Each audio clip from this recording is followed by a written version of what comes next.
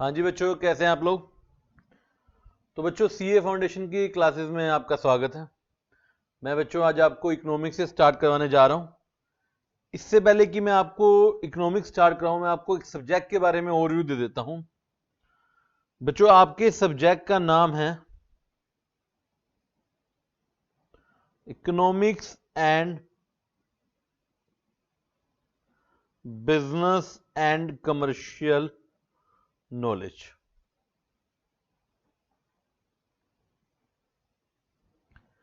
बच्चों इस सब्जेक्ट में दो चीजें आपको पढ़ाई जाएंगी। एक पढ़ाई जाएगी आपको इकोनॉमिक्स और सेकंड आपको पढ़ाया जाएगा बीसी के। राइट बच्चों, जो इकोनॉमिक्स का टॉपिक है ये 11th और 12th से काफी मिलता जुलता रहेगा। तो जिन बच्चों ने 11th 12th में इकोनॉमिक्स पढ़ी है उनको कुछ फायदा मिलेगा इसका, ठीक है। बीसी के बेसिकली बिजनेस से और एनवायरनमेंट से रिलेटेड है। बिजनेस, एनवायरनमेंट और उससे रिलेटेड टॉपिक है। थोड़ा बहुत आपने बिजनेस स्टडीज में पढ़ा होगा, नहीं तो ये आपके लिए क्या है, बिल्कुल न्यू है। और इकोनॉमिक्स 11th 12th प्लस कुछ एडवांस लेवल की है। ये सब्जेक्ट बच्चों हमारा मल्टीपल चॉइस क्वेश्चन है। 2 आवर्स का जो है पेपर होगा, 100 मार्क्स का एग्जाम होगा, 100 क्वेश्चंस मिलेंगे आपको। आपको पास होने के लिए वही 40 हर सब्जेक्ट में 50 ऑन एवरेज चाहिए। राइट, तो बच्चों विद नेगेटिव मार्किंग है, कोई दिक्कत वाली बात नहीं है। जो मैं लिखवा रहा हूं आपको प्लस जो मैं बुक से आपको करा रहा हूं, आपको डेली रूटीन में साथ साथ करना है। Easily we can score more than 90 in this subject. बात समझिएगा मेरी, बड़े ध्यान सुनिएगा। अगर हम ये सब्जेक्ट बच्चों अच्छे से करते हैं तो हम 90 से ज्यादा मार्क्स लेके आ सकते हैं। मतलब अगर मान लीजिए कोई और सब्जेक्ट आपका वीक भी है तो ये सब्जेक्ट बाकी सब्जेक्ट को कंपनसेट कर सकता है। ठीक है बच्चों, तो दो पोर्शन के साथ इकोनॉमिक्स एंड बीसी के हम जो फर्स्ट वन स्टार्ट करेंगे दैट इज आवर इकोनॉमिक्स। अब बच्चों पहला क्वेश्चन मेरा आप सबसे है। जब भी बच्चे को इकोनॉमिक्स कराई जाती है तो पहला क्वेश्चन जो दिमाग में आता है दैट इज कि इकोनॉमिक्स होती क्या है। What do you mean by economics बच्चों। तो उस क्वेश्चन का आंसर ढूंढेंगे हम। आप लोग बताइए क्या होती है इकोनॉमिक्स।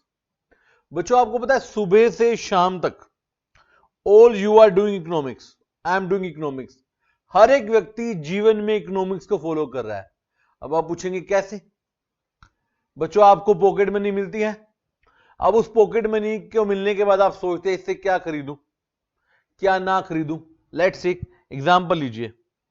मान लीजिए आपको pocket money milli, let's say 500। क्या मिली? 500। अब बच्चों देखिए आपकी इच्छाएं, वांट्स। अब आपको पता है हमेशा बड़ा अपनी इच्छाएं अनलिमिटेड है। आपका मन कर रहा है आइसक्रीम भी लूं, आपका मन कर रहा है कि मैं चॉकलेट भी ले लूं। राइट, अच्छा जी, आपने कहा सीए फाउंडेशन की क्लासेस शुरू होनी है तो नोटबुक और पेन भी ले लूं। ठीक है, और फ्यूचर में कुछ और खर्चा करना पड़ जाए तो आप करो पैसे सेव भी कर लो। बताइए अब बच्चों 500 रुपए में क्या आप unlimited ice cream, unlimited chocolate, notebook, pen ले सकते हैं? नहीं ना। You have to take some decision.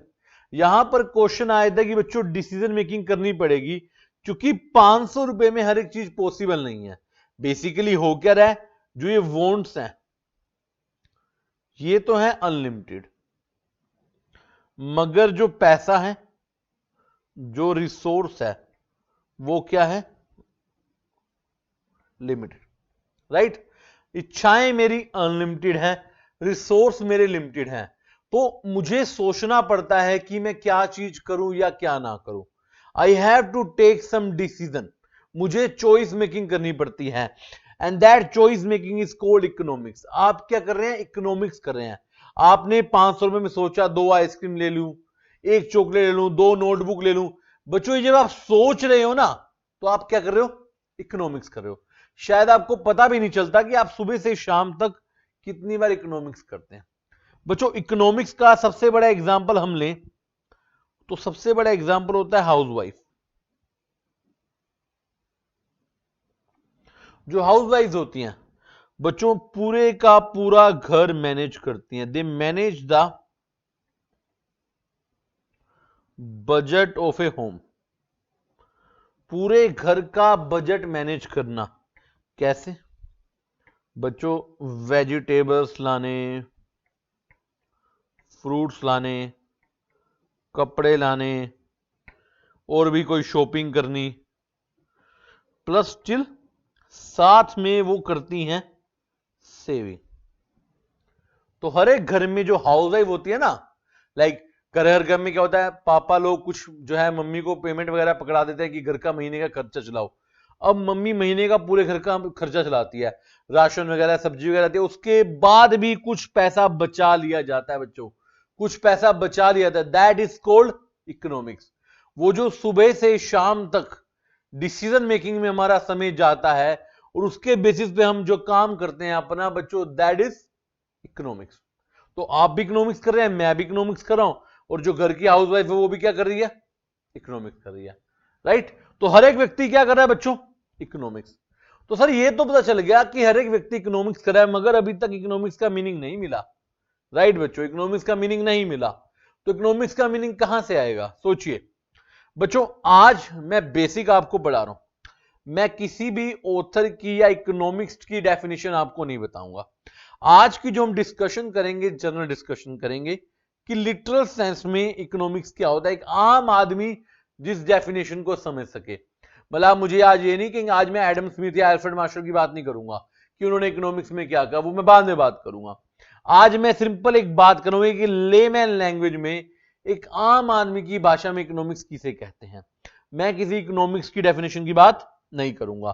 तो मैंने कहा बच्चों, आपने जो किया वो इकोनॉमिक्स है, राइट। हाउसवाइफ ने किया वो इकोनॉमिक्स है। तो इकोनॉमिक्स का मतलब क्या हुआ? बेसिकली आप देखिए क्या कर रहे हैं हम देख रहे हैं रिसोर्सेज जो आ रहे हैं वो लिमिटेड आ रहे हैं, वॉन्ट्स अनलिमिटेड आ रही हैं। हाउसवाइफ को लिमिटेड पैसा मिलता है। देखिए हाउसवाइफ जो मैनेज करती है उसको लिमिटेड ही तो मनी मिलेगा या अनलिमिटेड मिलेगा? दुनिया में किसी के पास पैसा अनलिमिटेड नहीं है, राइट। तो हाउसवाइफ क्या कर रही है? कुछ डिसीजन ले रही है, उसे कहते हैं इकोनॉमिक्स। देखिए बच्चों, इकोनॉमिक्स की पहले शुरुआत देखते हो। इकोनॉमिक्स की शुरुआत एक ग्रीक वर्ड से हुई।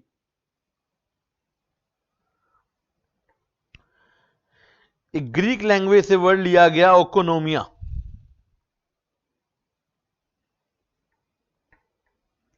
क्या वर्ड है? इकोनोमिया, जिसका मतलब है to manage the household. वाह जी वाह, ये वही बात कहती जो मैं कह रहा हूं। कहता है घर को कैसे मैनेज किया जाता है, दैट इज इकोनॉमिक्स। बहुत ही इंपॉर्टेंट डेफिनेशन। इकोनोमिया वर्ड से निकला to manage the household. एक घर को कैसे मैनेज किया गया बच्चों? पुराने जमाने में ट्रांजैक्शन कम थी, बिजनेस कम थे, तो उन्होंने कहा कि एक घर को कैसे मैनेज किया गया। अब ये घर से बात पहुंच गई धीरे धीरे फर्म के लेवल पर, बिजनेस के लेवल पर, फिर ये पहुंच गई इंडस्ट्री के लेवल पर, और ये फिर पहुंच गई कंट्री के लेवल पर। तो जो बात हाउस होल्ड से शुरू हुई थी वो कहां तक पहुंच गई बच्चों? कंट्री तक। कि एक कंट्री को जो मैनेज करता है वो भी इकोनॉमिक्स करता है। बच्चों सुनिए ध्यान से, जो घर को मैनेज करता है वो इकोनॉमिक्स करता है, जो इंडस्ट्री को मैनेज करता है वो इकोनॉमिक्स करता है, और जो पूरे देश को मैनेज करता है वो भी क्या करता है? इकोनॉमिक्स करता है। यानी कि बच्चों क्या होता है, पूरे देश में कितनी इकोनॉमिक प्रॉब्लम्स होंगी, कितने इकोनॉमिक इश्यूज होंगे, उन सब की स्टडी को क्या बोलते हैं बच्चों? हम क्या बोलते हैं? इकोनॉमिक्स। मतलब आपके घर में, आपके देश में, कहीं पर भी दुनिया में किसी भी इकोनॉमिक मुद्दे को, इशू का मतलब मुद्दा, इकोनॉमिक इशू को, इकोनॉमिक प्रॉब्लम को स्टडी करना बच्चों क्या है? इकोनॉमिक्स। बात समझ रहे? मैंने पहले कहा आज मैं किसी की डेफिनेशन लूंगा, like study of human behaviour जो आपने +1 +2 में पढ़ा, मैं आपको बेसिक बताऊंगा। तो यानी कि एक फर्म में, एक इंडस्ट्री में, एक कंट्री में, एक घर में किसी भी प्रॉब्लम को स्टडी करना इज कॉल्ड इकोनॉमिक। कौन सी प्रॉब्लम को? इकोनॉमिक प्रॉब्लम को। अब ना बच्चों के दिमाग में अगर सर ये इकोनॉमिक प्रॉब्लम क्या होती है, इकोनॉमिक प्रॉब्लम क्यों होती है बच्चों, वो हम थोड़ी देर में डिस्कस करेंगे, राइट? तो अभी क्या निकला? इकोनॉमिक्स। अच्छा बच्चों एक चीज ध्यान रखिएगा, ये जो मैं आपको लिखवा रहा हूं आपने नोटिंग करनी है। देखिए आपकी नोटबुक में जितनी बातें लिखवाई जाएंगी ऑल आर वेरी इंपॉर्टेंट, तो आप स्किप नहीं करेंगे, राइट? तो देखिए शुरू करता हूं मैं।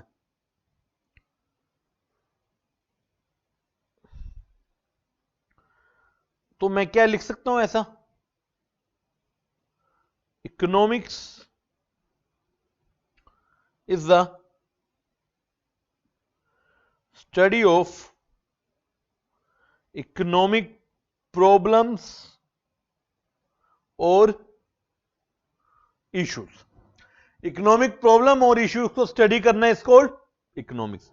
बच्चों यहां पर ना दो फंडामेंटल आपको पढ़ने पड़ेंगे प्रॉब्लम की वजह, कि प्रॉब्लम क्यों है। ये दो फंडामेंटल के ऊपर बेस्ड है सारा कुछ।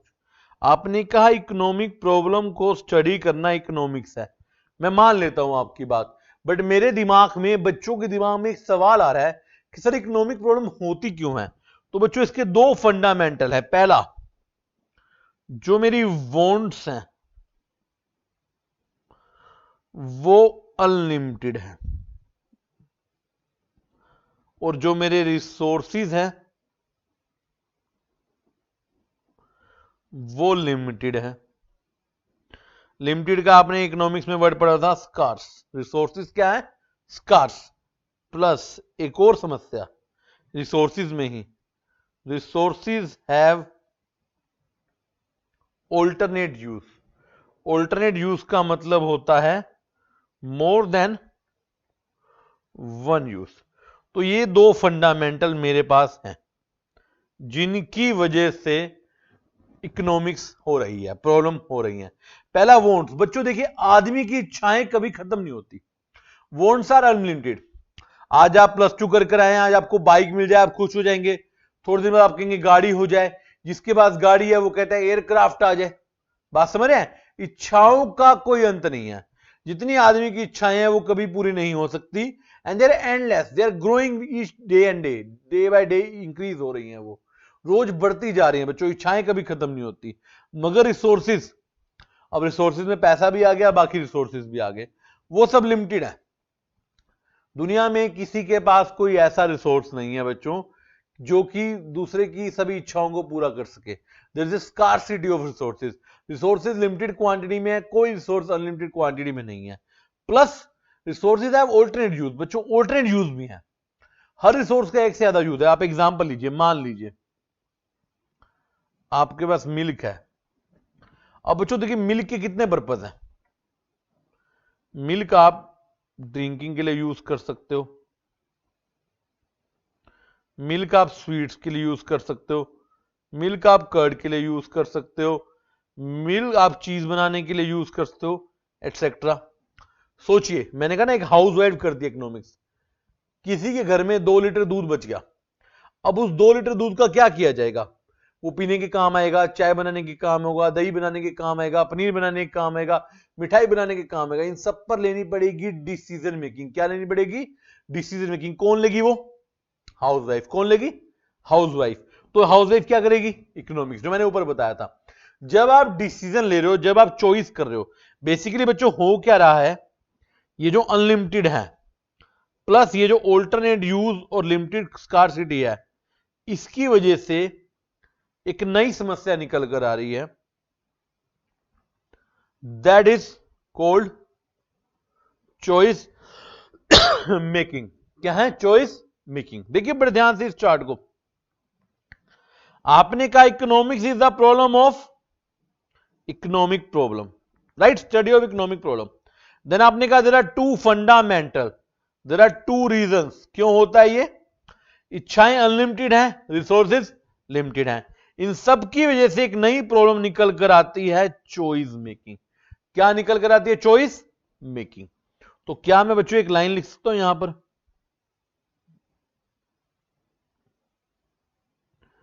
Economics is the study of choice making. Economics क्या है बच्चों?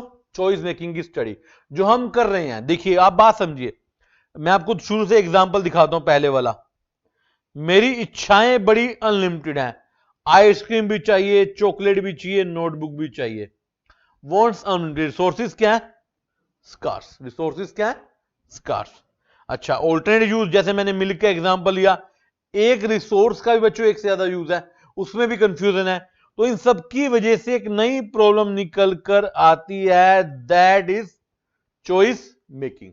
तो बच्चों जो हम सुबह से शाम तक चॉइस मेकिंग, बच्चों सोचिए life is all about choice making. आज आप सीए की क्लास में बैठे हैं, आपने चूज किया होगा कि मुझे 11th क्लास में कॉमर्स लेनी है, साइंस लेनी है, आपने कॉमर्स चूज कर लिया। 12th क्लास के एग्जाम देने के बाद आपने सोचा कि मुझे सीए करनी है, सीएस करनी है, एमबीए करना है या सीएमए करना है, तो आपने क्या चूज किया? सीए चूज किया। उसके बाद आपने चूज किया कि किस एकेडमी से करना है। तो ये all you are doing is economics basically. सुबह से शाम तक we all are doing choice making. वजह मैं लिखवा देता हूं दोबारा, वजह सिंपल सी है। क्या वजह है बच्चों? वॉन्ट्स हमारी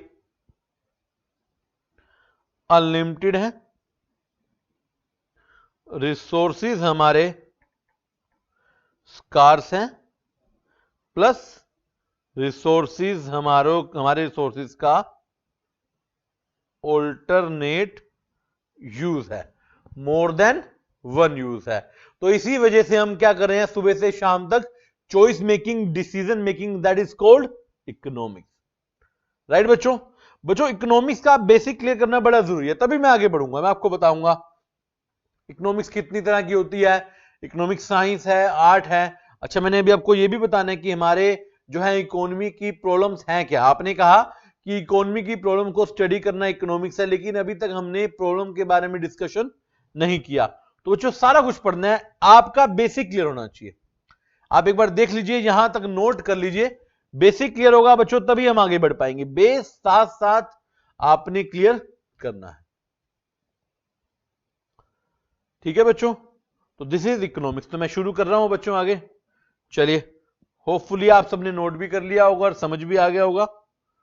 तो बच्चों मैं अब अगला टॉपिक जो आपको बताने जा रहा हूं, that is types of economics. Economics बच्चों कितनी तरह की होती है? जो लोग +1 +2 में पढ़कर आए हैं उनको तो श्योरली पता होगा। बच्चों इकोनॉमिक्स के दो पार्ट होते हैं, एक होता है माइक्रो, एक होता है मैक्रो। अब बड़े ध्यान समझिएगा बच्चों, माइक्रो होता है स्मॉल लेवल, टाइनी लेवल, और मैक्रो होता है लार्ज लेवल। माइक्रो समझिए बच्चों, when we study economics at a small level, जब हम इकोनॉमिक्स को स्मॉल लेवल पे, जो छोटे लेवल पे स्टडी करते हैं, that is called micro. Example के साथ बात करते हो, जैसे मान लीजिए मैंने पूछा मिस्टर राम की इनकम क्या है। स्मॉल लेवल मतलब इंडिविजुअल लेवल। बच्चों mister Ram is an individual, mister Ram is an individual. उनकी मैंने इनकम के बारे में पूछा, तो क्या है, छोटे लेवल की स्टडी हुई या नहीं हुई? हुई। इसे बोलते हैं माइक्रो। जैसे मान लो एक और एग्जांपल ले लो, आपने क्लास में बैठे एक बच्चे का पॉकेट मनी पूछा, let's say pocket money of mister A. Mister A हमारी क्लास में एक स्टूडेंट है, हमने जानना चाहा कि उसका पॉकेट मनी क्या है, तो दिस इज कॉल्ड माइक्रो। मतलब जब मैं बहुत ही बेसिक लेवल पे, बहुत ही छोटे लेवल पे, इंडिविजुअल लेवल पे इकोनॉमिक्स को स्टडी करता हूं, that is micro economics.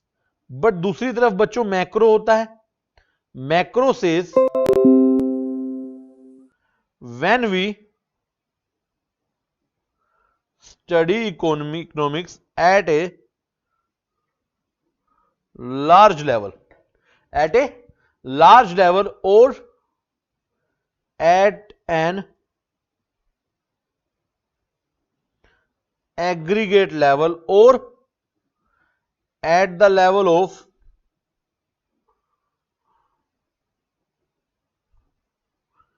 Economy as a whole, जब पूरी इकोनॉमी का आप स्टडी करते हैं, पूरी संरचना का एग्रीगेट लेवल पर, दैट इज कॉल्ड बच्चों मैक्रो इकोनॉमिक्स। कौन सी? मैक्रो। मतलब जब मैं बड़े लेवल पर, मैं एक इंडिविजुअल लेवल से उठकर पूरी एग्रीगेट लेवल पर, इकोनॉमी के लेवल पर जब स्टडी करता हूं, that become my macro economics. जैसे एग्जांपल लीजिए, आपने यहां पर क्या एग्जांपल लिया? Income of mister Ram. अगर मैं यहां पर बात करूं नेशनल इनकम की, मैंने कहा पूरे भारत की, पूरे इंडिया की नेशनल इनकम क्या है, तो क्या ये बच्चों सोचिए मैक्रो बनेगा या नहीं बनेगा? यस बच्चों बनेगा। जब आप छोटे लेवल पर स्टडी करते हो तो माइक्रो होता है, जब आप बड़े लेवल पर स्टडी करते हो तो ये क्या होता है? क्या होता है? मैक्रो। एग्जैक्टली, छोटा लेवल माइक्रो, बड़ा लेवल मैक्रो। अब यहां पर थोड़ा सा मैं आपको एक पॉइंट और क्लियर करता हूं। देखिए बच्चों, एग्जांपल हो, मैंने कहा इनकम ऑफ मिस्टर राम और सेकंड लिखा मैंने national income. Income of mister Ram, बच्चों आपने आंसर देना मेरे साथ। इनकम ऑफ मिस्टर राम क्या है? बच्चों ने कहा sir micro, right. National income क्या है? मैक्रो। पहला एग्जांपल बिल्कुल ठीक, कोई दिक्कत नहीं। Second example, income of mister Ram and income of Haryana, right. बताइए बच्चों, मिस्टर राम की इनकम माइक्रो, हरियाणा की इनकम मैक्रो। कोई दिक्कत? सर ये भी ठीक है, कोई दिक्कत नहीं। देन बच्चों third example, income of Haryana and national income. अब बताइए, सोचिए बच्चों, 2 मिनट का समय देता हूं, सोचिए। ऊपर वाले एग्जांपल की हेल्प ले सकते हैं। राम की income micro, national income macro. Then Ram की इनकम माइक्रो, हरियाणा की इनकम मैक्रो। अब मैंने पूछा हरियाणा की और नेशनल इनकम। अब बच्चा कह रहा है सर नेशनल इनकम मैक्रो, हमने ऊपर भी पढ़ा मैक्रो, यहां पढ़ा था, ठीक है। अब बच्चा कह रहा है हरियाणा की भी मैक्रो, क्योंकि ऊपर हमने पढ़ा था मैक्रो, राइट। नहीं बच्चों, रोंग। यहां पर हरियाणा की इनकम है माइक्रो। क्या है? माइक्रो। बच्चा कह रहा है सर क्यों? बच्चा कह रहा है सर ऊपर यहां पर तो आपने मैक्रो लिखी थी, यहां पर आप माइक्रो क्यों लिख रहे हैं? बच्चों ऊपर मैंने मैक्रो लिखी थी, तब आपने हरियाणा का कंपैरिजन मिस्टर राम से किया था। अब आप हरियाणा का कंपैरिजन नेशनल इनकम से कर रहे हैं, तो माइक्रो होगा। मतलब सर, मतलब बच्चों कोई भी स्टडी माइक्रो भी हो सकती है और मैक्रो भी हो सकती है। बड़े ध्यान से, कोई भी स्टडी माइक्रो भी हो सकती है और मैक्रो भी हो सकती है, डिपेंड करता है कि आप इसका कंपैरिजन किससे कर रहे हो। बड़े ही ध्यान से सुनिएगा मेरी बातों को। हरियाणा का कंपैरिजन अगर मिस्टर राम से किया जाएगा तो हरियाणा मैक्रो माना जाएगा, मगर सेम हरियाणा का कंपैरिजन अगर इंडिया से किया जाएगा तो हरियाणा माइक्रो माना जाएगा। क्या माना जाएगा? माइक्रो। आपके सामने कौन है, आपका रिलेटिव कंपैरिजन किसके साथ है, वो बताएगा कि माइक्रो मैक्रो क्या होता है। तो यानी कि क्रैम नहीं करना। जैसे बच्चे ऊपर याद कर लेते हैं, राम हमेशा माइक्रो, नेशनल हमेशा मैक्रो। बच्चों कोई भी स्टडी, कोई भी डेटा, कोई भी इंफॉर्मेशन मैक्रो भी हो सकती है और माइक्रो भी। डिपेंड करेगा उसके सर्कमस्टांस पे, उसके रेलेवेंट कंपैरिजन पे, कि आप किसके साथ उसका कंपैरिजन करने जा रहे हैं। समझ रहे मेरी बात को? देखिए, जब राम का और नेशनल का हुआ तो Ram micro, national macro. Ram का और हरियाणा का हुआ तो राम माइक्रो, हरियाणा मैक्रो। मगर सिचुएशन कहां बदली? थर्ड में। इंपॉर्टेंट लिखेंगे इसके आगे। जब हरियाणा और इंडिया का कंपैरिजन हुआ तो हरियाणा माइक्रो बन गया, मगर नेशनल तो क्या बन गया, मैक्रो बन गया। यानी कि क्या मैं यहां पर आपको एक नोट लिखवा सकता हूं,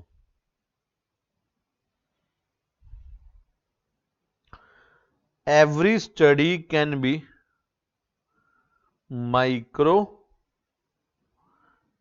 as well as macro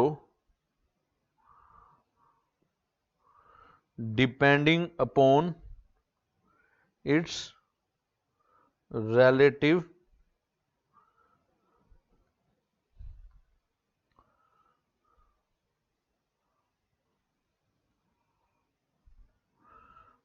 comparison, किससे कंपेयर हो रहा है उसके ऊपर डिपेंड करेगा कि हर एक स्टडी माइक्रो है या बच्चों मैक्रो है। तो क्रैम नहीं करना कि हरियाणा मैक्रो है या माइक्रो है।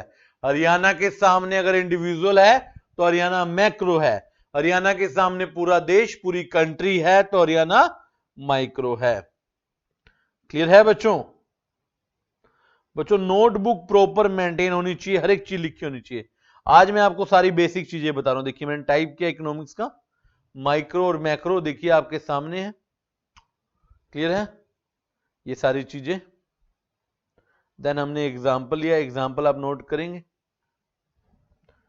ठीक है बच्चों, तो यानी कि इकोनॉमिक्स माइक्रो भी है और मैक्रो भी है। ठीक है बच्चों, चलिए अगला क्वेश्चन आता है हमारा,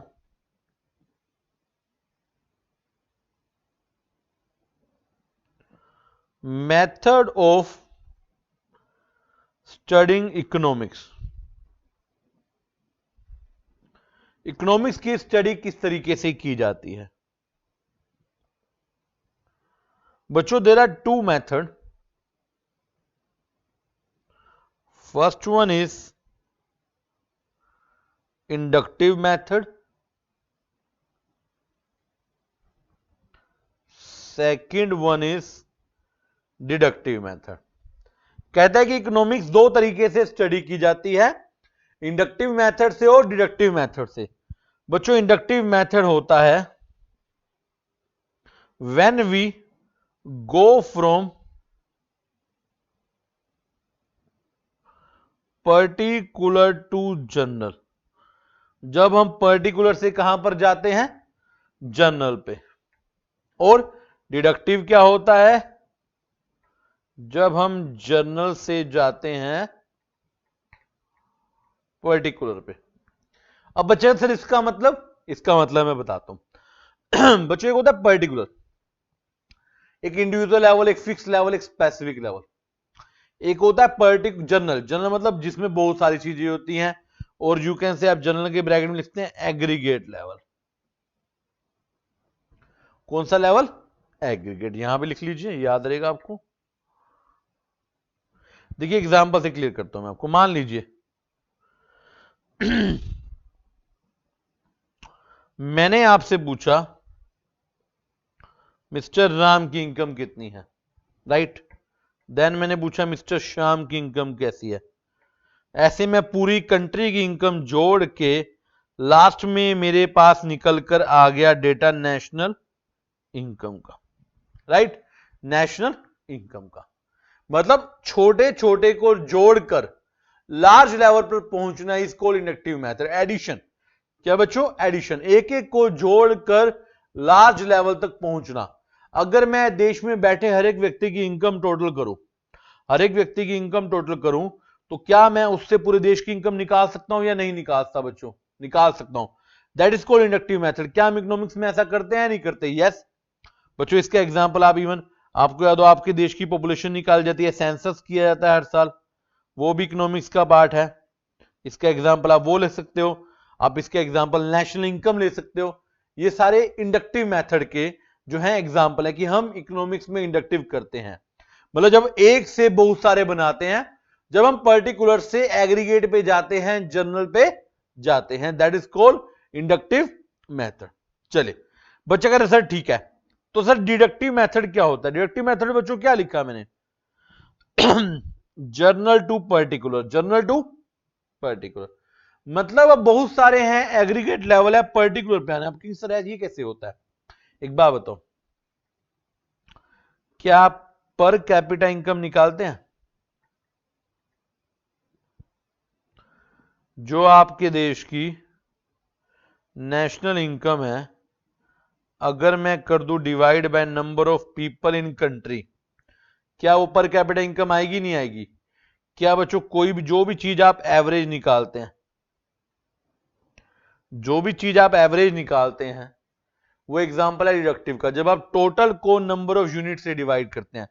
बच्चों इवन आपको याद हो, आप इकोनॉमिक्स में पढ़ेंगे, आप एवरेज रिवेन्यू पढ़ेंगे, आप एवरेज प्रोडक्ट पढ़ेंगे, आप एवरेज कॉस्ट पढ़ेंगे, ये सारे क्या हैं?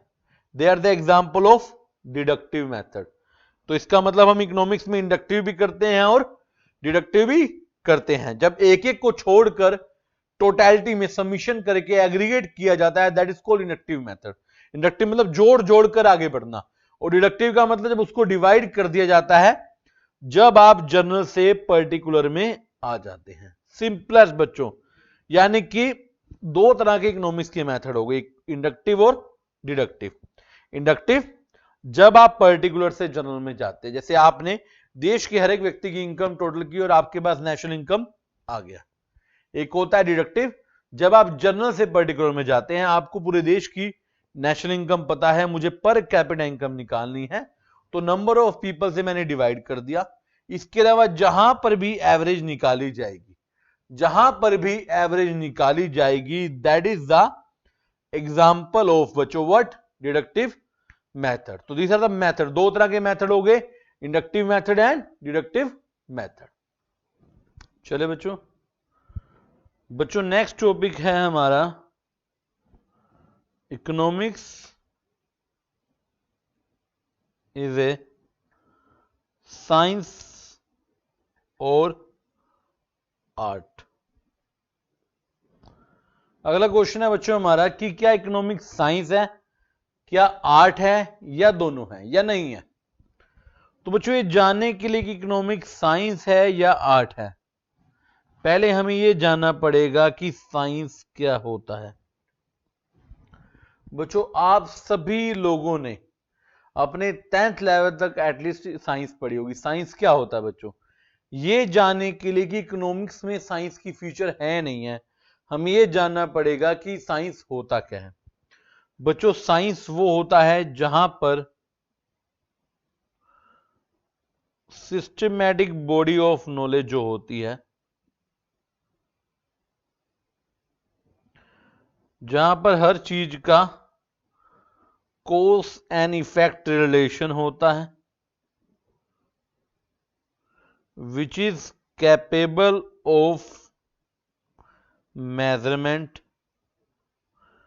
जिसको आप मेजर कर सकते हैं, जहां पर सर्टेन फॉर्मूलाज, मेथड्स, लॉज होते हैं।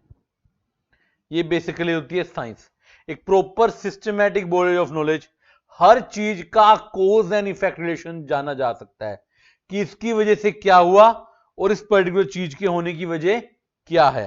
अच्छा, capable of measurement, mathematically numerically आप उसको कैलकुलेट कर सकते हो, मेजर कर सकते हो। And for calculation there are certain formulas, method, rules, laws, ये सारे होते हैं। तो क्या इकोनॉमिक्स में ऐसा होता है बच्चों? सोचिए, ये मैंने आपको फीचर बताई साइंस की कि सिस्टमैटिक बॉडी ऑफ नॉलेज है, कॉज एंड इफेक्ट रिलेशन है, मेजरमेंट के लिए कैपेबल है, फॉर्मूला रूल्स पे चलती है। तो बच्चों मेरा क्वेश्चन है, क्या ये सारी फीचर इकोनॉमिक्स में होती हैं या नहीं होती? यस, होती हैं। So we can say that economics is a science. But ऊपर लगा दिया मैंने स्टार। स्टार का 1 मिनट में बताऊंगा, पहले इसको देखिए। मैंने ये कहा कि इकोनॉमिक्स साइंस है, क्यों कहा मैंने? क्योंकि इकोनॉमिक्स में साइंस की तरह रूल्स हैं, मेथड्स हैं, जिन्हें हम वेरीफाई कर सकते हैं। इकोनॉमिक्स एक सिस्टमैटिक बॉडी ऑफ नॉलेज है, इसमें कॉज एंड इफेक्ट निकाला जा सकता है, इसको मैथमेटिकली न्यूमेरिकली मेजर किया जा सकता है। तो साइंस की सभी फीचर ऑलमोस्ट इकोनॉमिक्स में है, तो हम कह सकते हैं इकोनॉमिक्स साइंस है। मगर यहां पर मैंने स्टार लगाया है बच्चों, स्टार का मतलब है इकोनॉमिक्स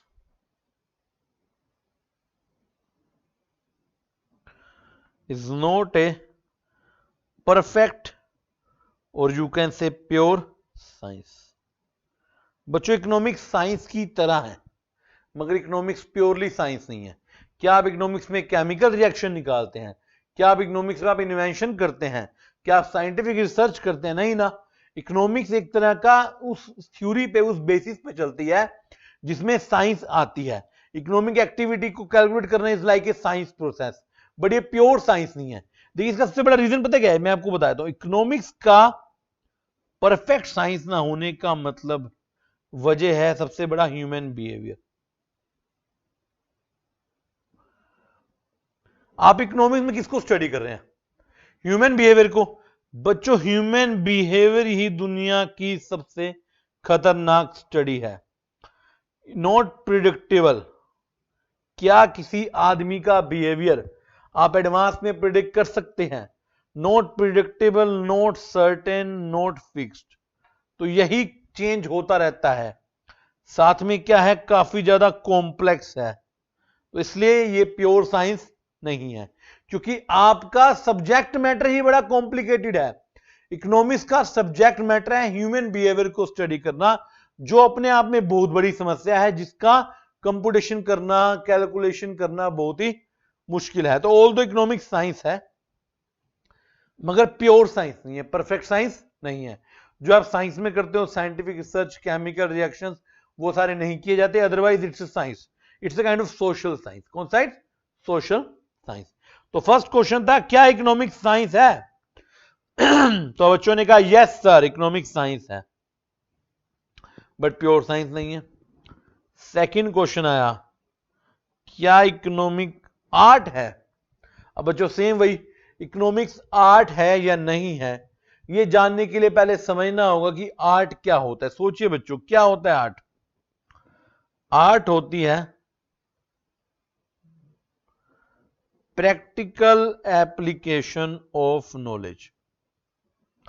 अगर साइंस एक नॉलेज है तो आर्ट उसकी प्रैक्टिकल एप्लीकेशन है, और you can say practice of some knowledge.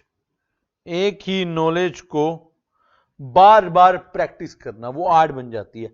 आपको कोई काम आता है अच्छे से, अगर आप बार बार वो काम करते हैं तो आप उसमें परफेक्ट बन जाते हैं, आप आर्ट कर देते हैं उसको, आर्ट बन जाती है। किसी भी स्टडी को प्रैक्टिकल लाइफ में प्रैक्टिकली फॉलो करना, इसको बच्चों क्या बोलेंगे? आर्ट। तो क्या इकोनॉमिक्स में हम प्रैक्टिकली फॉलो करते हैं किसी चीज को? यस बच्चों, इकोनॉमिकली, इकोनॉमिक्स जो है that is also practically applied. तो we can say yes it is an art. कैसे होती है एक बात बताइए, जो आप मेथड पढ़ते हैं क्या प्रैक्टिकल लाइफ में यूज नहीं होते? क्या एवरेज रिवेन्यू या टोटल रिवेन्यू या प्रोडक्शन या कॉस्ट नहीं किया जाता? किया जाता है। क्या आपकी सरकार हर साल यूनियन बजट लाती है? वो इकोनॉमिक्स का पार्ट है। क्या आपकी सरकार, आपका देश हर 10 साल बाद आपके देश की जनगणना करता है, जनसंख्या काउंट करता है, पॉपुलेशन काउंट करता है, वो भी क्या है? इकोनॉमिक्स है। एग्जाम्पल ले लीजिए आप चाहे आर्ट के। प्रैक्टिकली क्या हो रहा है बच्चों? सेंसस की पॉपुलेशन आ रही है, आपका ग्रोथ रेट आ रहा है, आपका जीडीपी आ रहा है, आपका इन्फ्लेशन रेट आ रहा है। ये कौन दे रहा है? आपकी गवर्नमेंट दे रही है, स्टैटिस्टिकल डाटा दे रही है। कहां से दे रही है? इकोनॉमिक्स को यूज करके, इकोनॉमिक टेक्निक्स को। जो टेक्निक आप कह सकते हैं कि शायद सॉरी, जो टेक्निक शायद आप कह सकते हैं कि साइंस है, मगर उसको प्रैक्टिकली अप्लाई किया जा रहा है आर्ट की फॉर्म में। आर्ट और साइंस में क्या फर्क है बच्चों? बात समझिए। Science basically let us how to know, उस चीज को जानना। But art let us find out how to do, उसको कैसे करना है। साइंस आपको एक मेथड देती है, उस मेथड को प्रैक्टिकली फॉलो करना है, अप्लाई करना विद सर्टेन एजम्पशंस एटसेट्रा, वो है आर्ट। तो इकोनॉमिक्स बच्चों आर्ट भी है, साइंस भी है, क्योंकि इकोनॉमिक्स में मेथड्स वगैरह साइंटिफिक स्टडी भी करते हैं और उसको प्रैक्टिकली अप्लाई भी करते हैं। क्योंकि प्रैक्टिकली अप्लाई करते हैं वो क्या बन जाती है, आर्ट। तो आंसर है economics is both science and art but not a pure science, right. तो यानी कि बच्चों ये आपका एग्जाम्पल हुआ, इकोनॉमिक साइंस हुई यस, इकोनॉमिक आर्ट हुई यस, यानी कि इकोनॉमिक्स क्या होगी, बोथ साइंस एंड आर्ट। तो अगली बार अगर आपके पास एमसीक्यू आता है एग्जाम में, क्वेश्चन कैसा आएगा, इकोनॉमिक्स इज डैश, पहला ऑप्शन देखिए इस तरीके से आएगा। मान लीजिए क्वेश्चन आ गया, इकोनॉमिक्स इज, पहला option science, second option art, third option both, D option none of the above. तो आपका आंसर क्या आएगा बच्चों, बोथ। इकोनॉमिक्स क्या है, बोथ है। आप देखिए ये जो कंसेप्ट आपको पढ़ाए जा रहे हैं, अभी मैं आपको नोटिंग करा रहा हूं, समझा रहा हूं, ये बाद में हमारी बुक से भी कराए जाएंगे। आपको स्पेशल बुक दी जाएगी इकोनॉमिक्स की, उसके अलावा आपको एक मल्टीपल चॉइस क्वेश्चन के अलग से डाटा दिया जाएगा, बुक में भी होगा, प्लस एक क्वेश्चन बैंक अलग से होगा। तो जो भी टॉपिक आप पढ़ रहे हैं बच्चों, हर लाइन पे आपके लिए एक मल्टीपल चॉइस क्वेश्चन है। आपने एक लाइन स्किप कर दी तो उसके ऊपर एक क्वेश्चन आपको दिख जाएगा, तो आपको और ज्यादा डिटेल में पढ़ने की जरूरत है। मेरा मानना है कि जो आपके एमसीक्यू वाले सब्जेक्ट होते हैं ऑब्जेक्टिव बेस्ड, वो काफी ज्यादा डिटेल में पढ़ने के लिए होते हैं, क्योंकि कहीं से भी कोई भी क्वेश्चन उठ के आ सकता है, तो आपको ध्यान रखना है। तो ये तो जब ये टॉपिक खत्म होगा फर्स्ट चैप्टर का, तो हम आपको क्वेश्चन भी यहां पर कराएंगे, ठीक है ना। अभी ये एग्जाम्पल था किस तरीके से क्वेश्चन आ सकता है, ठीक है बच्चों। अब आपने कहा कि इकोनॉमिक्स साइंस है, प्योर नहीं है, मन मान लेते हैं साइंस है, तो कौन सी साइंस है। अब मैं आपको दो टाइप और बताने जा रहा हूं, इकोनॉमिक्स एज ए साइंस के दो type, economics as a science के दो टाइप, बड़े ध्यान से पढ़िएगा। एक होता है पॉजिटिव साइंस, और बच्चों एक होता है नॉर्मेटिव साइंस। कौन कौन सा, पॉजिटिव और नॉर्मेटिव। अब आपकी सर ये क्या होता है बच्चों, एक एग्जांपल लेते हैं। आपका प्लस टू का रिजल्ट तो अभी आया नहीं, 11th क्लास में जाते हैं आपके 11th क्लास में 90% नंबर आए, you got 90%, that is a positive statement. Positive statement आपको बता रही कि एक्चुअल में क्या हुआ है, यू गोट 90%। आप घर वालों के पास गए, आपने घर वालों को रिजल्ट दिखाया, आपके घर वाले कह रहे हैं बेटा 95% आने चाहिए थे, they are saying you should get 95%। They are not saying कि क्या आए हैं, दे आर सेइंग कि क्या आने चाहिए, व्हाट शुड बी देयर। तो बच्चों वो होगी नॉर्मेटिव साइंस। कौन सी होगी, नॉर्मेटिव। समझिए बड़े ध्यान से, जो एक्चुअल में प्लेन स्टेटमेंट है, जो चीज हो चुकी है, उसको आप बोलते हैं पॉजिटिव साइंस। और जो चीज आपके हिसाब से होनी चाहिए, what ought to be there, what should be there, that is normative science। देखिए positive science states what actually is, actual में क्या हो रहा है, and it can be verified। Actual में क्या है, basically it's a plain statement. अब एग्जांपल लीजिए, लेट से मैं एक डमी एग्जांपल लेता हूं, growth rate of India is let say 9%। अब मैंने कहा जी इंडिया की ग्रोथ रेट 9% है। अब ये प्लेन स्टेटमेंट है, मैं आपको सलाह नहीं दे रहा कि क्या होना चाहिए, I am just telling you कि आज तक हुआ क्या है या अब क्या हो रहा है। मैंने कहा कि इंडिया की ग्रोथ रेट 9% है, it's a plain statement, purely plain statement. अब इसको वेरीफाई भी करते हैं, गवर्नमेंट का डाटा है, सब कुछ है, यू कैन वेरीफाई दैट। एक होती है नॉर्मेटिव साइंस। क्या होती है, normative. Normative state what should be or ought to be, क्या होना चाहिए, किस तरीके से होना चाहिए, इसके एग्जाम्पल दूंगा। ये बेसिकली काइंड ऑफ सजेस्टिव होती है, प्लेन स्टेटमेंट नहीं होती।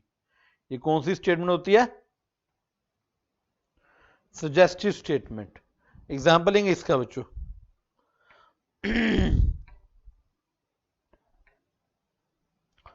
The growth rate of India.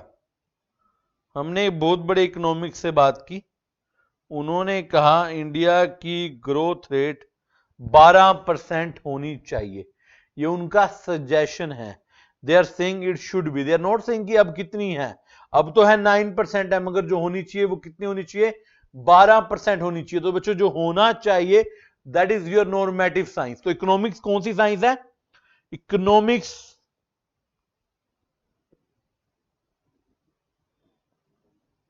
Is both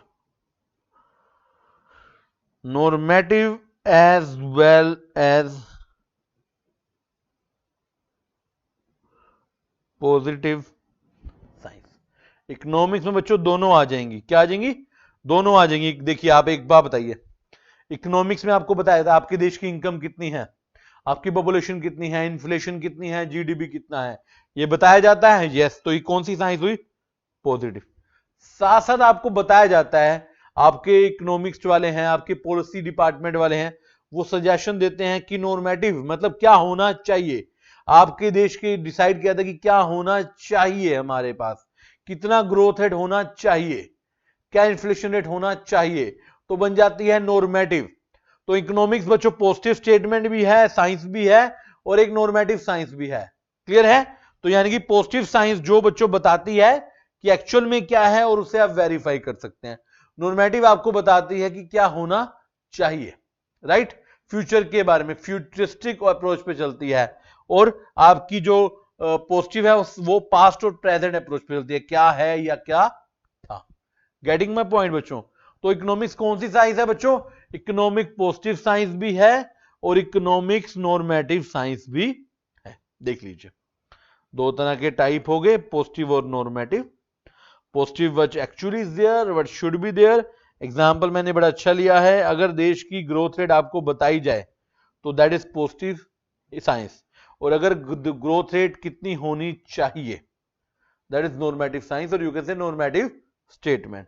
तो इकोनॉमिक बच्चों क्या है? पॉजिटिव भी है और नॉर्मेटिव भी है। क्लियर बच्चों? तब तक नोट कर लीजिए बच्चों। तो क्या क्या पढ़ा देखिए अभी। एक इकोनॉमिक्स का जनरल मीनिंग आपको बताया गया कि इकोनॉमिक्स जो है स्टडी ऑफ इकोनॉमिक प्रॉब्लम है। उसके रीजन से wants are unlimited, resources are scarce and resources have alternate uses. तो उसकी वजह से चॉइस मेकिंग आपके पास आया। उसके बाद आपको बताया गया कि इकोनॉमिक्स दो तरीके की होती है, माइक्रो एंड मैक्रो। देन आपको बताया गया दो मेथड है, इंडक्टिव मेथड और डिडक्टिव। देन साइंस है या आर्ट है, हमने देखा दोनों है, बट प्योर साइंस नहीं है। फिर साइंस में हमने देखा बच्चों की नॉर्मेटिव है और पॉजिटिव है, दोनों है, राइट? तो यहां पर बच्चों के दिमाग में एक नया क्वेश्चन आता हुआ, बच्चों आपने कहा था इकोनॉमिक प्रॉब्लम को स्टडी करना इकोनॉमिक्स है, तो इकोनॉमिक प्रॉब्लम की वजह भी देखी, स्कार्सिटी, ऑल्टरनेट यूज और अनलिमिटेड वांट्स। समस्या यह है कि वो समस्या है क्या, मतलब sir what are the economic problem, economic problem कौन सी हैं, क्या होती हैं, वो तो बताइए। चलो बच्चों बताते हैं। तो बच्चों अगला टॉपिक जो हम लेने जा रहे हैं that is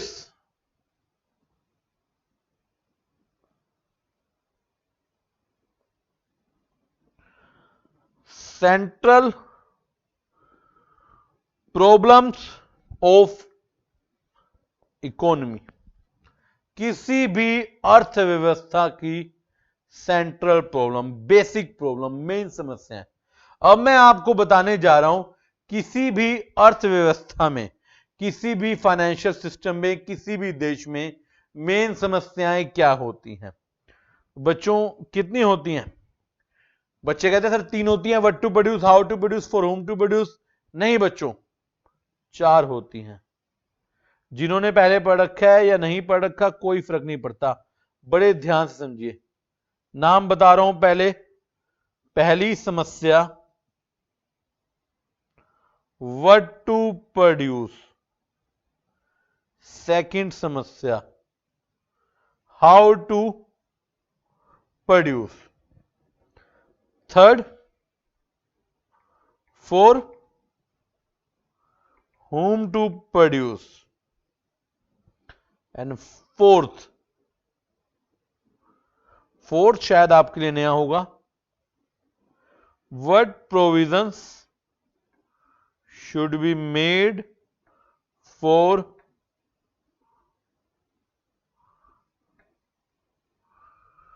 economic growth.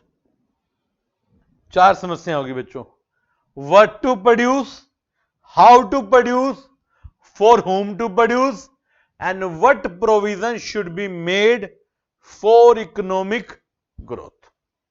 Clear है? तो यहां पर मैं चार्ट में बाद में लिखूंगा, थोड़ा स्पेस आप छोड़ देंगे, मैं आपको स्टार्ट कर रहा हूं पहली प्रॉब्लम के साथ।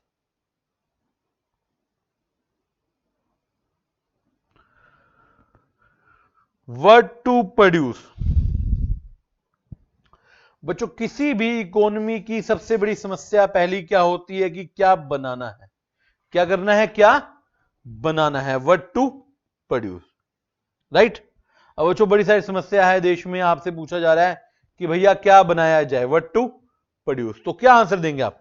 देखिए आपसे क्वेश्चन पूछा जाए कि प्रोड्यूसर को क्या बनाना चाहिए, मैंने पूछा वीट बनाओ, आपने कहा बनाओ, मैंने कहा मोबाइल बनाओ, मोबाइल का जमाना है, लोगों ने कहा ठीक है, मैंने कहा घड़ियां बनाओ, जूते बनाओ, कपड़े बनाओ, मशीनें बनाओ, तो क्या ना बनाए?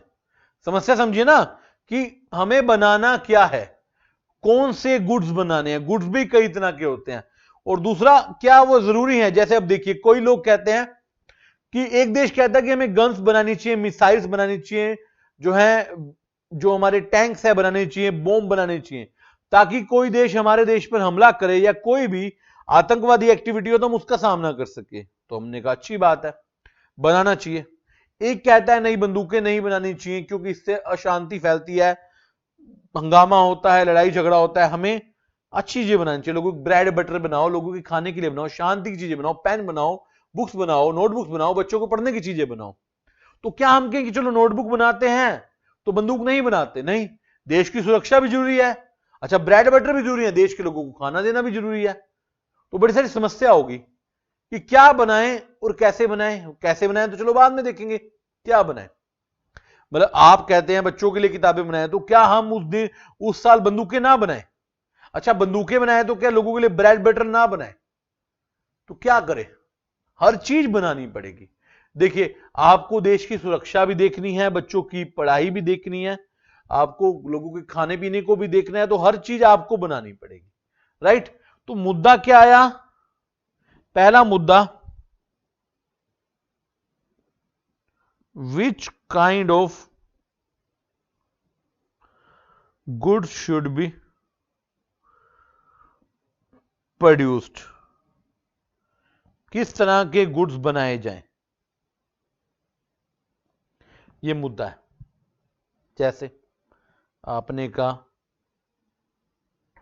गन्स बना लो, ब्रेड बना लो, पेन बना लो, मशीन बना लो, पहले तो ये डिसाइड होगा कि कौन से गुड्स बनाने हैं, मगर साथ में एक और चीज डिसाइड होगी, how much quantity should be produced. मतलब मैं बंदूकें भी बनाऊंगा, ब्रेड भी बनाऊंगा, मगर यह देखूंगा कि बंदूकें कितनी बनानी है और ब्रेड कितना बनाना है। देखिए इतनी बड़ी दुनिया में, इतने बड़े देश में हर एक चीज बनाई जाएगी, मगर साथ में उसकी क्वांटिटी भी डिसाइड की जाएगी। नाम है what to produce, what to produce का मतलब है कौन सा गुड्स बनाना है, मगर साथ में यह भी देखना पड़ेगा कितनी क्वांटिटी में बनाना है। आपको लगता है कि आपका देश सेफ है तो अब खाने की चीजें ज्यादा बनाइए, शांति की चीजें ज्यादा बनाइए। आपको लगता है कि आपके देश पे अटैक होने का खतरा है, आपके दुश्मन ज्यादा हैं, टेररिज्म एक्टिविटी की संभावना ज्यादा है, तो बंदूकें भी ज्यादा बनाइए। अब देखिए बंदूकें और गुड्स दोनों, हर चीज तो ज्यादा नहीं बनेगी, क्यों नहीं बनेगी? Scarcity.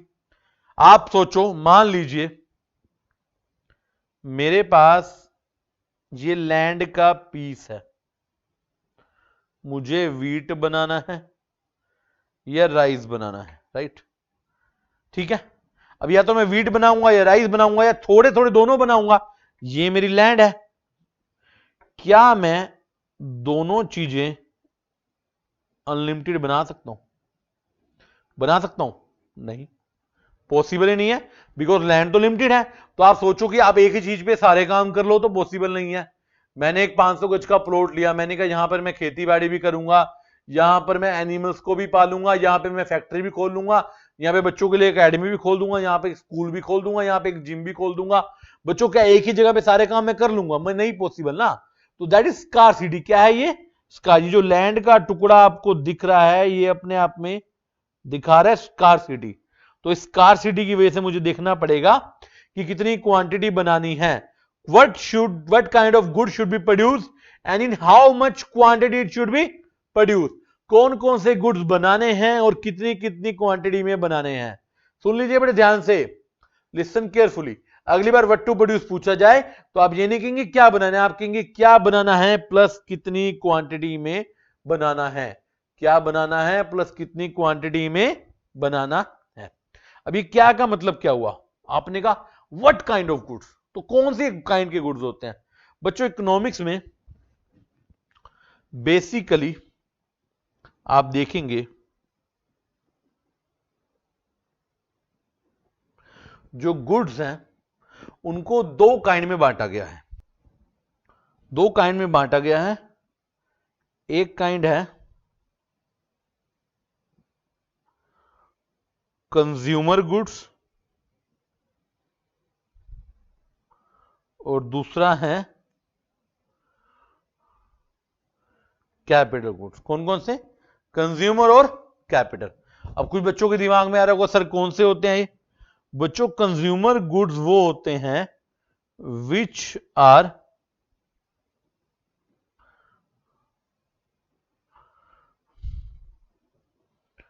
Directly consumed by consumer, जो कंज्यूमर डायरेक्टली कंज्यूम कर लेता है। एग्जाम्पल लीजिए बच्चों, bread, butter, pen, mobile phone, ये आप देंगे कंज्यूमर के लिए बने हैं। इनका अल्टीमेट टारगेट कंज्यूमर है। इनका एंड यूज क्या है? कंज्यूमर के द्वारा यूज किया जाना। मैं मोबाइल फोन लाऊंगा, चलाऊंगा। मैं ब्रेड लाया घर पर, मैंने कंज्यूम कर लिए। पेन मैंने लिया, मैंने पेन चलाना शुरू कर दिया, लिखना शुरू कर दिया, तो मैंने पेन का यूज कर लिया। तो अल्टीमेट कंज्यूमर कौन हुआ? इनका अल्टीमेट यूजर कौन हुआ? कंज्यूमर। तो इन्हें कहा जाता है कंज्यूमर गुड्स। मगर जो कैपिटल गुड्स होते हैं ये जनरली यूज्ड होते हैं प्रोड्यूसर्स के द्वारा, which are used in further production of goods. वो गुड्स जो आगे यूज हो रहे हैं प्रोडक्शन के लिए। जैसे एग्जांपल, जो भी आपकी मशीन्स हैं, जो भी आपके इक्विपमेंट्स हैं, मैंने एक प्लांट लगाया, ब्रेड बनाने की मशीन लगाई, वहां पर बेकरी लगाई, तो वो कंज्यूमर गुड्स हैं, कैपिटल गुड्स हैं? वो कैपिटल गुड्स हैं। जो आपका कंज्यूमर डायरेक्टली यूज कर लेगा उसे बोला जाएगा कंज्यूमर गुड्स। और जो यूज करेंगे प्रोड्यूसर्स लोग आगे प्रोडक्शन करने के लिए, फर्दर प्रोडक्ट को मैन्युफैक्चरिंग करने के लिए, उसे बोला जाएगा कैपिटल गुड्स। क्या बोला जाएगा? Capital goods. जैसे एग्जांपल हो, मान लीजिए,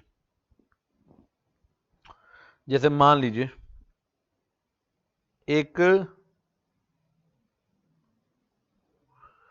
माइक्रोवेव ओवन है, राइट? एक आपके घर पे पड़ा है, घर पर आप यूज करते हो, और आप एक अपनी जो है आपकी बेकरी शॉप है, बेकरी पे यूज करते हो। तो बच्चों, जो माइक्रोवेव आप घर पे यूज कर रहे हो दैट इज कंज्यूमर गुड्स। मगर जो बेकरी पे यूज कर रहे हो that is capital goods, right? बात समझ रहे हैं? जो आपके घर पे यूज हो रहा है that is your consumer goods, पर जो आपकी बेकरी पे यूज हो रहा है that is your capital goods. जैसे मान लीजिए, एक और एग्जांपल लेता हूं। एक प्रिंटर है, प्रिंटर घर पे है और प्रिंटर ऑफिस में है। जो प्रिंटर घर पे है that is consumer goods, office में है दैट इज कैपिटल गुड्स। मतलब although consumer goods capital goods generally अलग होते हैं, जैसे फैक्ट्रीज में बड़े प्रिंटर्स होंगे, ऑफिस में बड़े होंगे, बट हम एक पर्टिकुलर चीज सेम भी हो सकती है कि जो घर पे भी हो रही है, जो ऑफिस पे भी यूज हो रही है। तो जो घर पे यूज हो रही है दैट इज कंज्यूमर गुड्स, जो ऑफिस में हो रही है दैट इज कैपिटल गुड्स। मतलब ऐसे नहीं बाइफिकेशन करना आपने कि जो मतलब कि छोटी चीज है तो वो कंज्यूमर है, बड़ी मशीन है तो वो जो है बड़ी मशीन जो आपकी है दैट इज कैपिटल गुड्स। हो सकता है छोटी मशीन भी कहीं पर यूज हो रही हो, आप मान लो छोटा प्रिंटर आपने ऑफिस में रखा है, तब भी मैं उसको क्या मानूंगा, कैपिटल गुड्स। तो एक ही चीज कंज्यूमर गुड्स में भी आ सकती है और वही चीज कैपिटल गुड्स में भी आ सकती है। बात समझ रहे हैं? मतलब प्रिंटर अगर घर पे पड़ा था तो ये कंज्यूमर गुड्स था, बट ये प्रिंटर जैसे ही ऑफिस में चला गया ये कैपिटल गुड्स होगा। यानी कि अगर मैं पॉइंट लिखूं यहां पर, अगर मैं यहां पर नोट डालना चाहूं एक, तो क्या मैं लिख सकता हूं, every goods can be consumer goods और capital goods depending upon its end use. उसका एंड यूज क्या है? अगर उसका एंड यूज डायरेक्ट कंजप्शन है, उसका एंड यूज डायरेक्ट कंजप्शन है तो वो आपका कंज्यूमर गुड्स है, और उसका एंड यूज फर्दर प्रोडक्शन है, फर्दर प्रोसेसिंग है, या किसी भी वे में उसको यूज करना है तो वो आपका कैपिटल गुड्स है। क्या है? Capital goods. जैसा ना माइक्रो भी है और हर एक चीज मैक्रो भी है, वैसे हर एक गुड्स को आप कैपिटल गुड्स भी कह सकते हैं और कंज्यूमर गुड्स भी कह सकते हैं, राइट? तो this is our first problem, what to produce, क्या प्रोड्यूस करना है और कितनी क्वांटिटी में प्रोड्यूस करना है। क्लियर बच्चों? सेकंड देखिए समस्या, second problem is how to produce, मतलब कैसे बनाना है। कैसे बनाने का मतलब बेसिकली ये बात कर रहे हैं टेक्निक ऑफ प्रोडक्शन की, कि चलो हमने डिसाइड कर लिया कि हमने कौन सा गुड्स बनाने हैं, मगर उसके बाद डिसाइड करना पड़ेगा कि प्रोडक्शन की टेक्निक क्या है। बच्चों ब्रॉडली दो तरह की टेक्निक यूज की जाती हैं। एक होती है बच्चों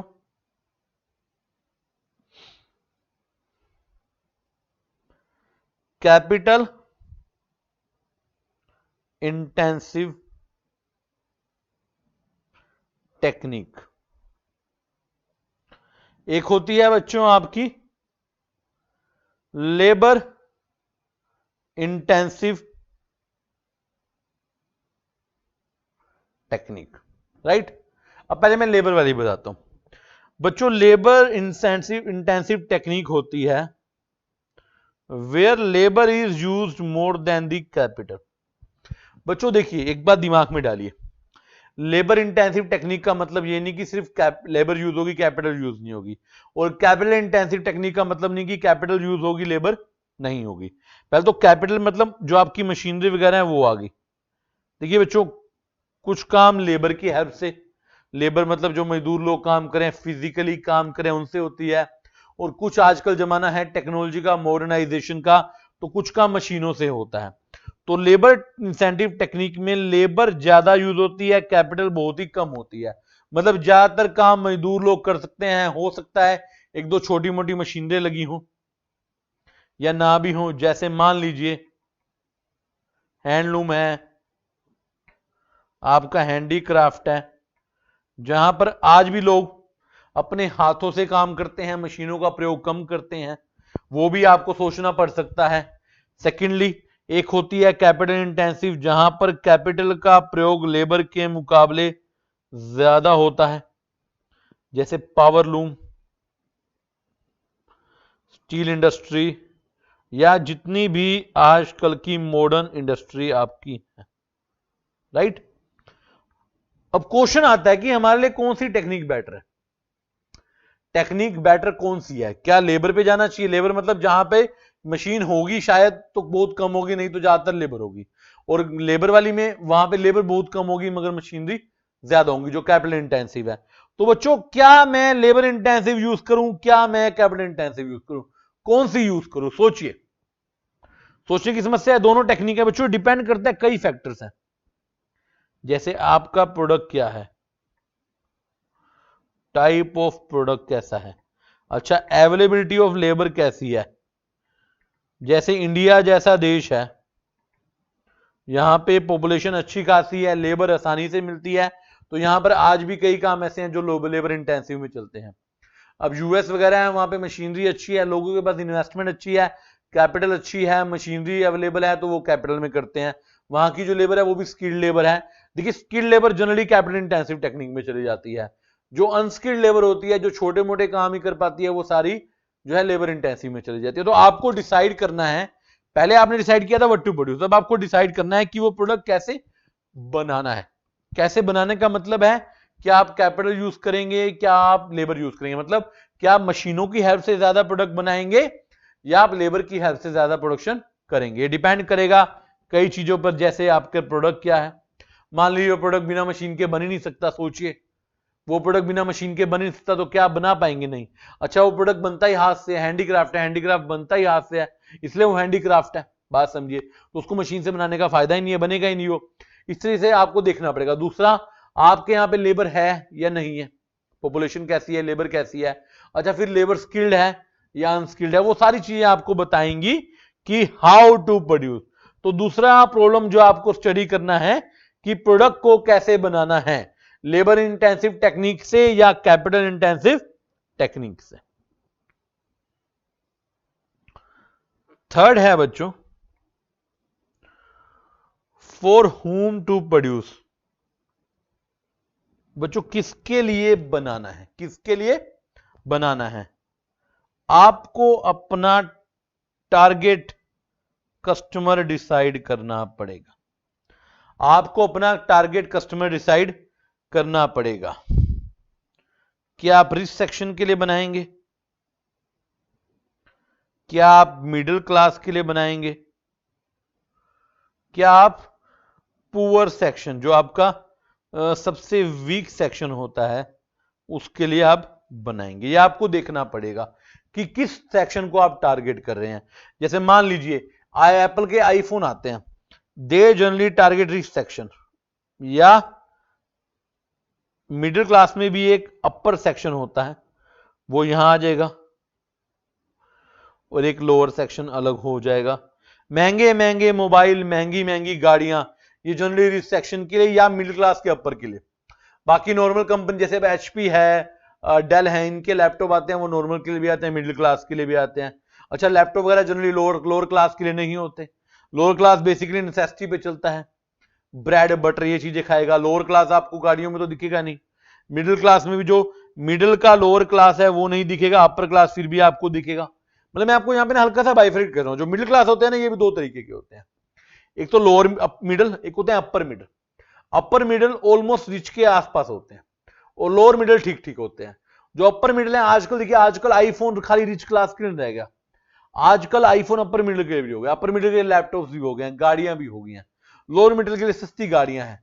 मगर जो तीसरा है पुअर वीक सेक्शन, उसके लिए कुछ नहीं है, वो गाड़ियां नहीं। पुअर सेक्शन बेसिकली नेसेसिटी पे जिंदा है, नेसेसिटी पे काम करे ना, रोज का खाना पीना उनको चाहिए, वो उस पर काम कर सके। तो आपको देखना है कि आपका प्रोडक्ट कौन से सेक्शन को करेगा टारगेट। अब इसके लिए भी आपको देखना पड़ेगा कि आपके सोसाइटी में कौन से लोग हैं। यहां पे रिच लोग मान लो बहुत ही कम है, तो आप शायद ना बनाओ उनके लिए, आप मिडिल क्लास के लिए बनाओ। यहां पे रिच लोग अच्छे खासे हैं, तो आप रिच के लिए बनाओ। हो सकता है आप पुअर क्लास के लिए बनाओ। तो आपको डिसाइड करना पड़ेगा। जनरली जो एक प्रोड्यूसर है ना, एक प्रोड्यूसर का दिमाग जो होता है, सरकार सबके लिए बनाती है। अगर मैं सरकार की बात करूं तो गवर्नमेंट अगर हो तो इंडस्ट्री, जो प्राइवेट इंडस्ट्री है, जो एक इंडस्ट्रियलिस्ट है, जो एक पूंजीपति व्यक्ति है, जिसके दिमाग में प्रॉफिट कमाना है, वो सिर्फ रिच या मिडिल अपर को टारगेट करेगा, क्योंकि उसको पब्लिक से लेने देना नहीं है, उसको पब्लिक की सेवा करने का कोई मोटिव नहीं है। उसका मोटिव है बच्चों ज्यादा से ज्यादा सेल करना, ज्यादा से ज्यादा रिवेन्यू करना और ज्यादा से ज्यादा प्रॉफिट अर्न करना। तो आपको डिसाइड करना पड़ेगा। तो पहले आपने डिसाइड किया क्या बनाना है, फिर कौन सी टेक्निक से बनाना है, तीसरा किसके लिए बनाना है, which class which section of society would you like to target. Clear बच्चों, क्लियर। चलिए अब नया पॉइंट आपके लिए, fourth point, what provisions should be made for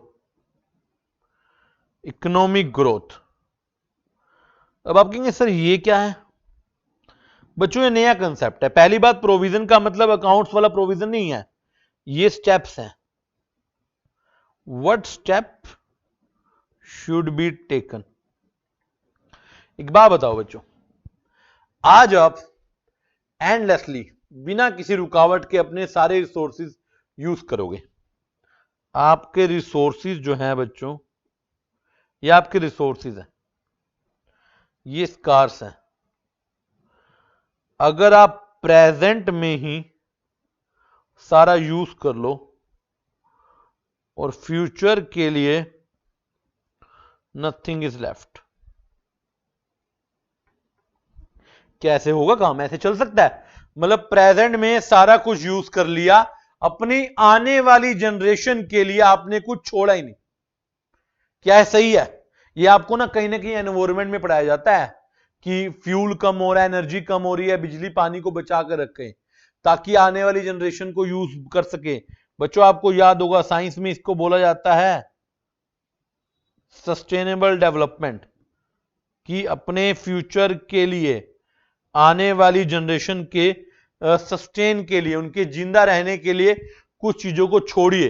तो ऐसे इकोनॉमिक्स में बच्चों आपने क्या बनाना है, कैसे बनाना है, किसके लिए बनाना है, वो तो सोच लिया, मगर रिसोर्सेज तो स्कार्स हैं। आज ही अगर आप सारा पैसा, सारे रिसोर्स खत्म कर देंगे तो आपकी आने वाली जनरेशन के लिए क्या बचेगा? सोचिए, एक व्यक्ति है मिस्टर राम, अगर मिस्टर राम सारा पैसा अपने ही जीवन में खत्म कर दे तो अपने बच्चों को क्या देकर जाएगा? क्या ये बात गलत है? नहीं है। सारे रिसोर्सेज खत्म कर दे, पानी बिजली सब खत्म हो जाए तो आप अपने वाली आने वाली जनरेशन को क्या देकर जाओगे? बच्चों कुछ नहीं देकर जाओगे। मगर ये क्या गलत नहीं है? बिल्कुल गलत है सर। इसलिए हमें क्या करना चाहिए? हमें इकोनॉमिक ग्रोथ के लिए, देखिए आज तो क्या होगा, आज आप रिसोर्स अच्छा रख लेंगे, सारा आज सारा पैसा आपने यूज कर लिया तो आज तो इकोनॉमी बड़ी शानदार हो गई, इकोनॉमी डेवलप हो गई, बड़ा अच्छा हो गया, लेकिन ग्रोथ तो नहीं हुई। आने वाली जनरेशन क्या करेगी? आज से 10 साल बाद, 20 साल बाद सारी इकोनॉमी डाउन हो जाएगी, मंदा छा जाएगा, पैसा खत्म हो जाएगा, फिर आप लोग क्या करेंगे? तो सर क्या करें? बच्चों इकोनॉमिक ग्रोथ के लिए आपके पास दो ही रास्ते हैं। आपके पास दो रास्ते हैं, एक है सेविंग और एक है इन्वेस्टमेंट। एग्जैक्टली कहता है अगर आपको इकोनॉमिक ग्रोथ करनी है, फ्यूचर के लिए कुछ बचाकर रखना है, आने वाली जनरेशन का ध्यान रखना है, तो आपके पास एक ही सोल्यूशन है इकोनॉमिक ग्रोथ का, सेविंग एंड इन्वेस्टमेंट।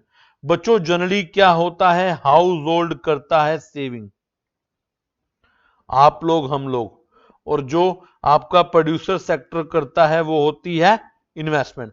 बच्चों होता क्या है? आपका ही पैसा सेव होकर प्रोड्यूसर के पास जाता है। बात समझिए, कंपनी है, पैसा कहां से लाती है? कंपनी शेयर इशू करेगी, पैसा पब्लिक से लेगी, डिबेंचर इशू करेगी, पैसा पब्लिक से लेगी, डिपॉजिट पब्लिक से लेगी, या आप कहोगे सर बैंक से लोन लेगी। बच्चों बैंक से लोन लिया तो बैंक में कहां से पैसा आया? बैंक में आपने सेविंग पैसा रखा हुआ है, बैंक में आपने डिपॉजिट रखा हुआ है। तो बेसिकली होता क्या है बच्चों? देखिए, एक होती है सेविंग्स जो हाउस होल्ड करते हैं आप लोग, हम लोग, इन सेविंग का होता है मोबिलाइजेशन। ये जो हाउस होल्ड सेक्टर है ये सेविंग करता है, ये बैंक्स वगैरह इनको मोबिलाइज करते हैं और उसके बाद बैंक वगैरह इसको इन्वेस्टमेंट में कन्वर्ट कर देते हैं, आपको लोन वगैरह मिल जाता है। जो आपके प्रोड्यूसर सेक्टर के लोग हैं वो आपका ही पैसा, बच्चों दिस इज कैपिटल फॉर्मेशन, इसे बोलते हैं कैपिटल फॉर्मेशन। पूंजी का निर्माण कैसे होता है? जो आपकी हमारी सेविंग है वही जाकर इन्वेस्टमेंट की फॉर्म में या कैपिटल की फॉर्म में, इसको आप इन्वेस्टमेंट की जगह आप कैपिटल भी लिख सकते हैं, उस फॉर्म में बन जाती है। तो यानी कि आज की डेट में पैसा बचाना जरूरी है। अगर आप आज ही सारे रिसोर्सेज खत्म कर देंगे तो फ्यूचर आपका बहुत ज्यादा खराब हो जाएगा। खाली प्रेजेंट में जीवन नहीं बिताना, हमें काम इस तरीके से करना है कि प्रेजेंट भी अच्छा हो और फ्यूचर भी अच्छा हो। तो यानी कि what to produce, how to produce, for whom to produce के अलावा हमें अपने फ्यूचर को बचाने के लिए कौन कौन से स्टेप्स लेने चाहिए वो भी हमारा इंपॉर्टेंट है। Saving and investment. तो बच्चों वापस जाएंगे, देखिए मैंने आपको ये छुड़वाया था चार्ट, अब मैं लिखवा रहा हूं, देखिए पहला what to produce. What to produce में आएगा आपका kinds of goods and quantity. बच्चों जहां पर भी मैं QTY करूंगा that is quantity. How to produce, that is technique of production. Whom to produce, target customer. Future economic growth, saving and investment. Clear बच्चों? तो बच्चों इसको पढ़ना है अच्छे से, होपफुली आपको क्लियर हुआ होगा। कोई डाउट हो तो आप जो आपकी स्क्रीन पे नंबर आ रहा है आप उस पर मुझसे डाउट ले सकते हैं व्हाट्सएप भेजकर, कॉल करके, राइट। तो बच्चों बेसिकली सेंट्रल प्रॉब्लम कितनी होगी हमारी? 4। What to produce, how to produce, for whom to produce and what provision should be made for economic growth. Clear है बच्चों? तो बच्चों आज के सेशन में हमने क्या पढ़ा? आज के सेशन में हमने पढ़ा, स्टार्टिंग से आपको दिखाता हूं, देखिए आपने पहले जो है एग्जाम्पल से शुरू किया कि देखिए आपने कहा कि आपके पास पॉकेट मनी है 500 रुपए, आपको बहुत सारी चीजें लेनी है, आप कैसे लेंगे? Choice making. देन हमने कहा एक हाउस होल्ड कैसे मैनेज करता है, एक वाइफ कैसे मैनेज करती है घर को, दैट इज इकोनॉमिक्स। के लिए हमने पढ़ा एक वर्ड है हमारा ओकोनोमिया, जिसका मतलब है मैनेज टू हाउस होल्ड। लेकिन अब ये चीज हाउस होल्ड से पूरी दुनिया के लेवल पे, कंट्री लेवल पे आ गई, इकोनॉमिक प्रॉब्लम बन गई बड़ी सारी। इकोनॉमिक प्रॉब्लम की स्टडी करना इकोनॉमिक्स बताया गया आपको। 2 फंडामेंटल बताए गए, पहला वॉन्ट्स लिमिटेड है, दूसरा रिसोर्सेज स्कार्स है और उनका ऑल्टरनेट यूज है। इन दोनों की वजह से एक नई प्रॉब्लम निकल कर आती है, choice making, that is called economics. Then हमने पढ़ा इकोनॉमिक्स 2 तरीके की होती है, माइक्रो और मैक्रो। माइक्रो छोटे लेवल पर, मैक्रो बड़े लेवल पे। इनफैक्ट आपको हरियाणा का एग्जांपल देखिए मैंने आपको ये बताया कि हर एक स्टडी, हर एक डेटा माइक्रो भी हो सकता है, मैक्रो भी, डिपेंड करता है कि आप उसका कंपैरिजन किसके साथ कर रहे हैं, right. Then inductive method. Inductive method जब आप पर्टिकुलर से जनरल में जाते हैं, जब आप जनरल से पर्टिकुलर में जाते हैं डिडक्टिव। इंडक्टिव में आपने नेशनल इनकम निकाली, डिडक्टिव में आपने पर कैपिटा इनकम निकाली। देन बच्चों science, systematic knowledge, cause and effect. तो इकोनॉमिक साइंस है मगर प्योर साइंस नहीं है, क्योंकि हमारी स्टडी ह्यूमन बिहेवियर पे डिपेंड करती है और वो प्रेडिक्टेबल नहीं है। देन आर्ट, प्रैक्टिकली उसको अप्लाई करना, यस इकोनॉमिक्स में हम करते हैं, तो इकोनॉमिक्स आर्ट भी है, तो इकोनॉमिक्स साइंस भी है, इकोनॉमिक्स आर्ट भी है। Then science, positive science, normative science. Positive science क्या है? Plain statement, it can be verified, हमारे देश का ग्रोथ रेट क्या है। नॉर्मेटिव साइंस क्या होना चाहिए? Which should be there, which ought to be there, हमारे देश का ग्रोथ रेट ये होना चाहिए। देन सबसे इंपॉर्टेंट बच्चों, इस चैप्टर का मोस्ट इंपॉर्टेंट टॉपिक है, एग्जाम में बहुत चांस है इसके आने के, 100% आएगा। 4 समस्याएं पढ़ी आपने, पहले आपने कभी 3 पढ़ी होगी जिन बच्चों ने +2 में पढ़ा है, अब 4 समस्याएं। व्हाट टू प्रोड्यूस, क्या बनाना चाहिए, कितनी क्वांटिटी में बनाना चाहिए। हाउ टू प्रोड्यूस, किस टेक्निक के साथ, लेबर के साथ, कैपिटल के साथ। For whom to produce, target customer कौन है आपका, rich class, poor class. Then what provision should be made, future को बचाने के लिए हमें क्या करना चाहिए, सेविंग एंड इन्वेस्टमेंट। तो बच्चों आज का टॉपिक इतना ही, आप इसको पढ़ेंगे, कोई डाउट है आप मुझसे लेंगे, हम आपको नेक्स्ट सेशन में मिलेंगे। बच्चों आज का टॉपिक यहां पर खत्म होता है, समाप्त होता है, तो आप इसको पढ़िएगा, अच्छे से ध्यान से पढ़िएगा, जो नोट कराया वो नोट कीजिएगा। नेक्स्ट क्लास में हम आगे टॉपिक करेंगे, प्लस बुक से भी कुछ टॉपिक लेंगे और कुछ जो है चैप्टर खत्म होने के बाद एमसीक्यू लेने की भी कोशिश करेंगे। तो बच्चों आज का टॉपिक यहां पर समाप्त होता है। बहुत बहुत